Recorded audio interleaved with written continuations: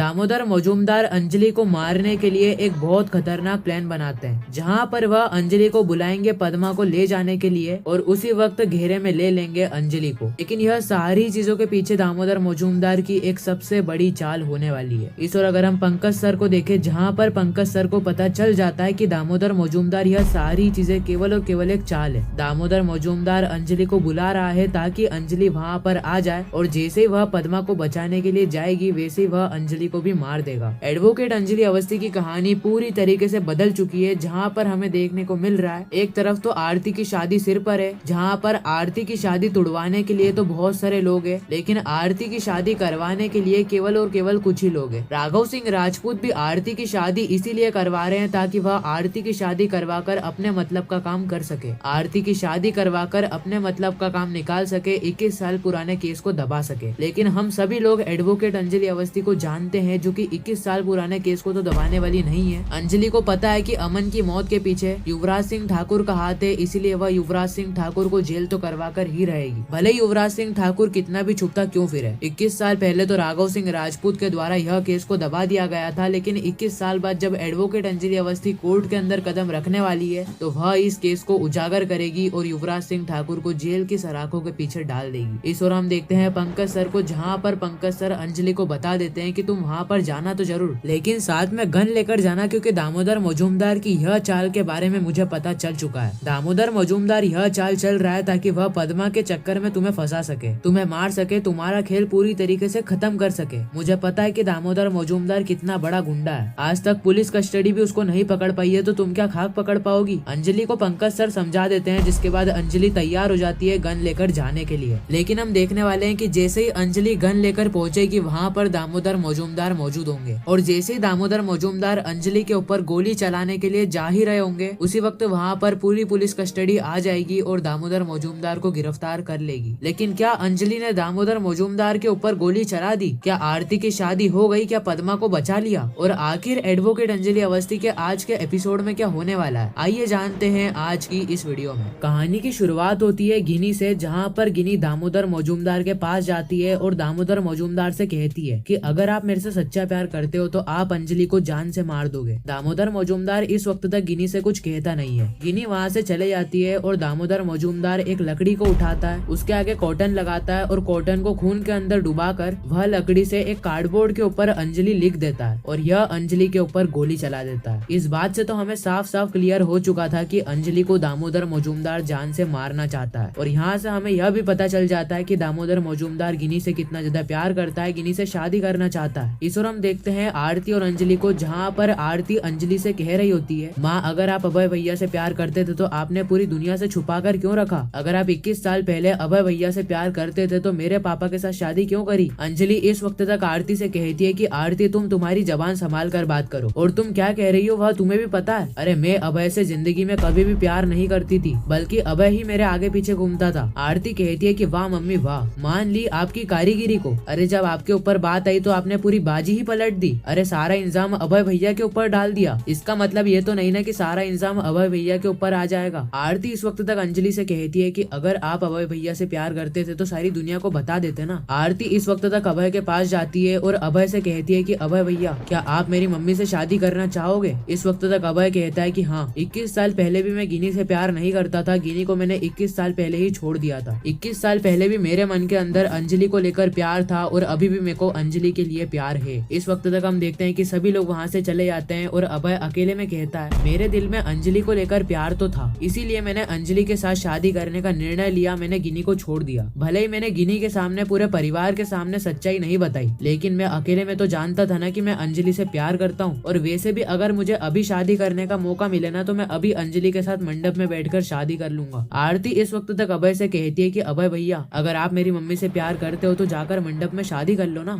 अभय तो इस वक्त तक सारी चीजों के लिए मान जाता है, लेकिन अंजलि सारी चीजों के लिए मना कर देती है। अंजलि कहती है कि ऐसे 2 कौड़ी के इंसान से मैं जिंदगी में कभी शादी नहीं करूँ, मैंने आज से पहले किसी से प्यार नहीं किया है और मैं आज के बाद किसी से भी प्यार नहीं करूंगी। मेरी जिंदगी के अंदर अगर कोई प्यार करने वाला आया है जिससे मैं बहुत ज्यादा प्यार करती थी, बहुत ज्यादा प्रेम करती थी, तो वह था अमन। और तुम कह रही हो कि अमन को मारने के पीछे भी मेरा ही हाथ था। अमन की मौत के पीछे अगर किसी का हाथ है तो वह है युवराज सिंह ठाकुर, और युवराज सिंह ठाकुर का केस तो 21 साल पहले राघव सिंह राजपूत द्वारा दबा दिया गया था। लेकिन 21 साल बाद यह एडवोकेट अंजलि अवस्थी इस केस को उजागर करेगी और युवराज सिंह ठाकुर को सजा दिलवाकर ही रहेगी। इस वक्त तक अंजलि का कॉन्फिडेंस भी नेक्स्ट लेवल पर होता है। इस और हम देखते हैं गणेश अवस्थी और राघव सिंह राजपूत को, जहाँ पर राघव सिंह राजपूत गणेश अवस्थी से कहते हैं कि 2 दिनों के अंदर आपकी बेटी की आपकी नातिन की सगाई है। सगाई के साथ साथ अगले ही दिन शादी भी है। लेकिन यह सभी चीजों के अंदर बाधा बनकर बेटी है आपकी बेटी एडवोकेट अंजलि अवस्थी। और एडवोकेट अंजलि अवस्थी को हटाने के लिए भी आपका साथ जरूरी है। आपको कोर्ट के अंदर जाकर यह साबित करना पड़ेगा कि एडवोकेट अंजलि अवस्थी गलत है। एडवोकेट अंजलि अवस्थी पूरी तरीके से गलत है। आपको कोर्ट के अंदर जाकर अपनी बेटी को हराना पड़ेगा, तभी जाकर आपकी नातिन की शादी होगी। क्योंकि मैं तो अंजलि को हराने से रहा। मैं तो पहले ही 2 बार अंजलि के सामने केस हार चुका हूँ, और अगर मैं तीसरी बार भी अंजलि के सामने केस हार गया तो मेरी बहुत बुरी वाली बेइज्जती हो जाएगी। बेइज्जती के साथ साथ तो पूरे परिवार के अंदर मेरी बदनामी भी होगी। और वैसे भी मेरे पास कोई ऐसे सबूत नहीं है जिससे मैं तुम्हारी बेटी को हरा सकूं। और एक बाप अपनी बेटी को कोर्ट के अंदर हराए, इससे अच्छी बात और क्या हो सकती है। इस वक्त तक गणेश अवस्थी राघव सिंह राजपूत से कहते हैं कि यह बात कौन कह रहा है। यह बात राघव सिंह राजपूत मेरे चौल में आकर कह रहे हैं, जिसने 21 साल पहले मेरे को बेल्ट पहनाकर कुत्ते की तरह मारा था। वाह राघव सिंह राजपूत वाह। और आपने ऐसा सोच भी कैसे लिया कि आपके कहने पर मैं आपकी सारी बातों को मान लूंगा। अरे मेरा नाम भी गणेश अवस्थी है। मैंने 21 सालों तक 30 सालों तक मैंने आपके सामने लड़ा है, और अब आप कह रहे हो कि मैं आपकी ही टीम में आकर आपकी ही साइड से केस लड़ूं। अरे इतना भी गिरा हुआ इंसान नहीं हूँ मैं राघव सिंह राजपूत। राघव सिंह राजपूत इस वक्त तक गणेश अवस्थी से कहते हैं कि क्या आप यह सारी चीजें अपनी नातिन के लिए भी नहीं करेंगे। गणेश अवस्थी कहते हैं कि अगर यह बात मेरी नातिन के लिए है तो फिर तो मैं जरूर करूंगा। गणेश अवस्थी सारी चीजों के लिए मान जाते हैं। राघव सिंह राजपूत इस वक्त तक गणेश अवस्थी से कहते हैं, परसों के दिन कोर्ट की तारीख है और तारीख के दिन आपको आकर अपनी बेटी के सामने केस लड़ना पड़ेगा। क्या आप सारी चीजों के लिए तैयार हैं? गणेश अवस्थी कहते हैं कि हाँ राघव सिंह राजपूत, मैं सारी चीजों के लिए तैयार हूँ। इस वक्त तक हम देखते हैं कि वहाँ पर बहुत सारा वकील आते हैं जो कि गणेश अवस्थी के लिए एक खास तोहफा लेकर आए थे, एक खास गिफ्ट लेकर आए थे। वह सभी लोग गणेश अवस्थी के घर पे आते हैं और कहते हैं कि मैं आई कम इन सर। गणेश अवस्थी इस वक्त तक उनके पास जाते हैं और कहते हैं कि आप लोग कौन हो, मैं तो आपको जानता तक नहीं हूँ। वह सभी लोग गणेश अवस्थी से कहते हैं कि गणेश अवस्थी आपके लिए एक बहुत ही अच्छा गिफ्ट लेकर आए हैं हम, और आपके लिए किसी ने एक बहुत ही बढ़िया वाला गिफ्ट भेजा है। उन्हीं में से एक इंसान गणेश अवस्थी को एक फाइल देता है और कहता है कि आपको आपका नया घर मुबारक है। ये आपके नए घर के कागजात है, पेपर्स है, और आप भी एक बड़े से अवस्थी हाउस में रहने वाले हो। गणेश अवस्थी को एक चमचमाती मर्सिडीज की चाबी दी जाती है और कहा जाता है कि आपकी मर्सिडीज बाहर खड़ी है। यह आपकी मर्सिडीज की चाबी है, साथ ही ड्राइवर भी मौजूद है। आपको कहीं भी जाना है तो आप अपनी मर्सिडीज से जाइएगा। गणेश अवस्थी कहते हैं कि यह सारी चीजें किसने भेजी है, मेरे को यह सारी चीजें नहीं लेना है। उसी वक्त उनमें से एक इंसान फोन करता है और गणेश अवस्थी को दे देता है। गणेश अवस्थी इस वक्त तक फोन के ऊपर बात कर रहे होते हैं, जहाँ पर गिनी अवस्थी गणेश अवस्थी से कहती है कि वाह गणेश अवस्थी वाह, मुझे तो अभी तक यह समझ में नहीं आ रहा है कि मैं आपको पापा कहकर बुलाऊं या फिर गणेश अवस्थी। चलो मैं आपको पापा ही कहकर बुला देती हूँ। मैंने आपके लिए गिफ्ट जो भेजा है, आपके लिए चमचमाती गाड़ी है, बंगला है, और भी कई सारी चीजें हैं जो कि आपको आपकी बेटी ने पूरी जिंदगी के अंदर, पूरी लाइफ के अंदर कभी भी नहीं दी है। अंजलि ने सिर्फ 21 सालों तक आपको दुख दिया है। वह तो कोमा में थी, वह तो व्हील चेयर पर थी, लेकिन उसने आपके लिए अपनी एक बेटी छोड़कर चले गई थी, जिसका ख्याल आपने 21 सालों तक रखा। उसके माँ बाप आप थे, और भी कई सारी चीजें आपने करी है। और यह 21 सालों का इंतजार अब खत्म होता है और आपके लिए एक बहुत बड़ा तोहफा मैं आपके लिए भेज रही हूँ। आपके लिए बहुत बड़ा है, लेकिन मेरी तरफ से यह छोटा सा गिफ्ट है, प्लीज इसको मना मत करना। गणेश अवस्थी कहते हैं कि वाह गिनी अवस्थी वाह, अरे यह सारी चीजें तुमने मेरे लिए भेजी है, लेकिन मैं यह सभी चीजों के अंदर से कुछ भी स्वीकार नहीं करूंगा। यह सारी चीजें तुम्हें ही मुबारक है, तुम ही यह सारी चीजें रख लो। मैं तो अपनी चौल के अंदर एक छोटे से घर के अंदर, छोटी सी झोपड़ी के अंदर ही खुश हूँ। बाकी यह पूरा ही एपिसोड यहीं पर ही खत्म हो जाता है। बाकी मैं मिलता हूँ किसी नेक्स्ट इंटरेस्टिंग वीडियो में किसी नए टॉपिक के साथ। जब तक के लिए गुड बाय।